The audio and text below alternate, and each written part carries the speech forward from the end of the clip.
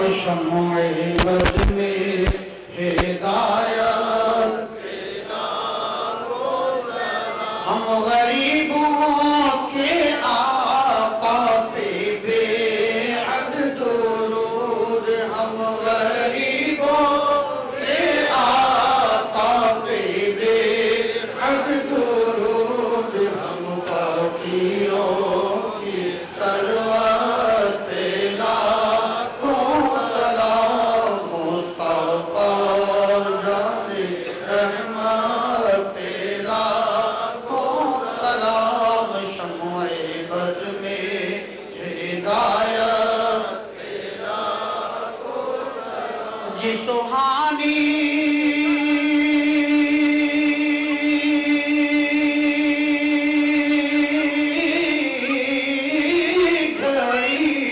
چمکا طیبہ کا چاند جی سبحانی گھڑی چمکا طیبہ کا چاند اس دل افروز سار پہ لاکھوں سلام مصطفیٰ جان رحمت پہ لاکھوں سلام شمع بز میں ہدایت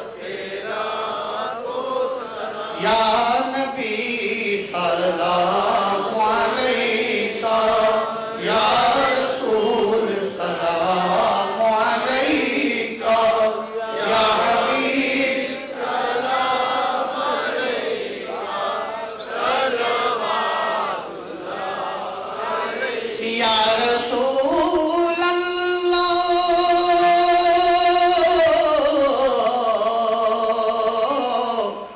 صبح لوں گا شام لوں گا آقا تیرا پیارا نام لوں گا قبر سے اٹھتے ہی آقا تیرا دامن تھام لوں گا یا نبی سلام علیکہ یا رسول سلام علیکہ یا حبیب سلام علیکہ صلوات اللہ علیکہ یا رسول اللہ اشرفی آقا ہمارا کر کے دنیا سے کنارہ رکھتا ہے تم سے سہارا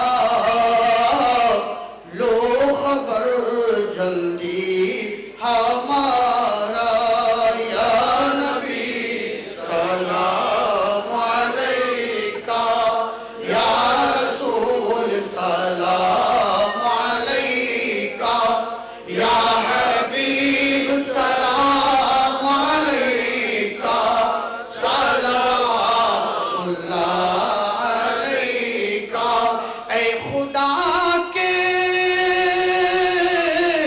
لاڈلے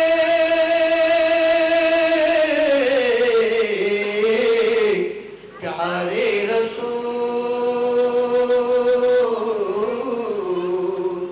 یہ سلام عاجزانہ ہو قبول الصلاة والسلام علیکہ یا رسول اللہ وعلی آلکہ واصحابکہ یا حبیب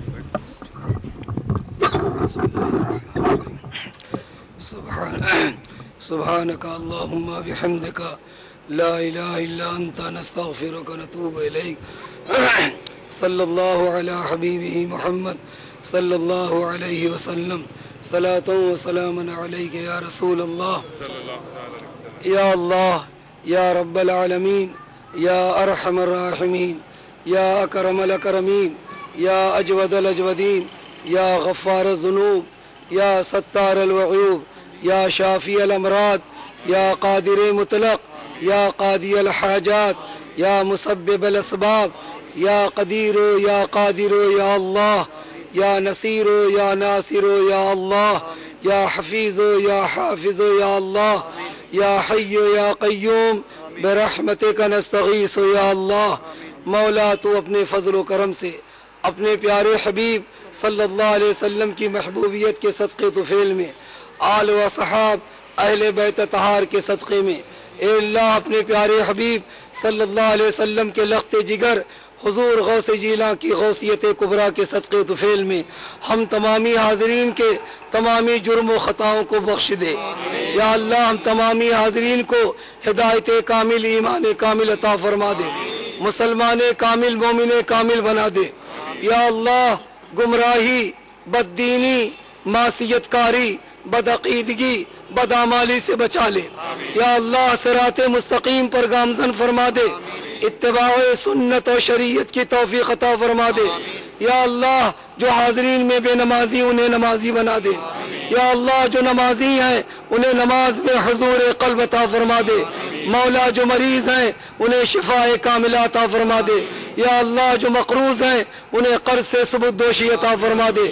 یا اللہ جو بے روزگار انہیں برسر روزگار فرما دے۔ اے اللہ تو رزاق حقیقی ہے، تو لوگوں کو غیب سے رزق حلال میں کشادگی عطا فرما دے۔ یا اللہ رزق حرام سے بچا لے۔ یا اللہ جو بے اولاد ہیں انہیں اولاد صالح بنا دے۔ یا اللہ تو اپنی رحمت کاملہ کی بارش فرما دے، عالم اسلام کا بول بالا فرما دے، مسلمانوں کے جان مال عزت و آبرو کی حفاظت فرما۔ یا اللہ تو اپنی رحمت کاملہ کی بارش فرما دے، ہم سب کو فیضان غوثیت، فیضان قادریت سے مالا مال فرما دے، قیامت کے دن حضور غوث العظم کے ساتھ حشر فرما۔ یا اللہ ایمان کے ساتھ مدینہ منورہ میں موت عطا فرما۔ اے اللہ تم تمامی حاضرین کو دینی، دنیاوی، اخروی نعمتوں سے مالا مال فرما دے۔ مولا دنیا اور عقبہ کی ذلت و رسوائی سے بچا لے، فیضان قادریت سے مالا مال فرما دے۔ یا اللہ جن لوگوں نے اس جلسے کی انعقاد کیا ہے ان پر رحمتوں کی بارش فرما دے، ان کے تمامی جائز مقاصد کو پورا فرما دے۔ یا اللہ ان پر اپنی رحمتوں کا نزول فرما دے۔ ان اللہ وملائکتہ یصلون علی النبی یا ایھا الذین آمنوا صلوا علیہ وسلموا تسلیما۔ اللہم صلی علی سیدنا مولانا محمد وآلہ وسلم صلاۃ و سلام علیک یا رسول اللہ۔ سبحان ربک رب العزۃ عما یصفون وسلام علی المرسلین والحمد للہ رب العالمین۔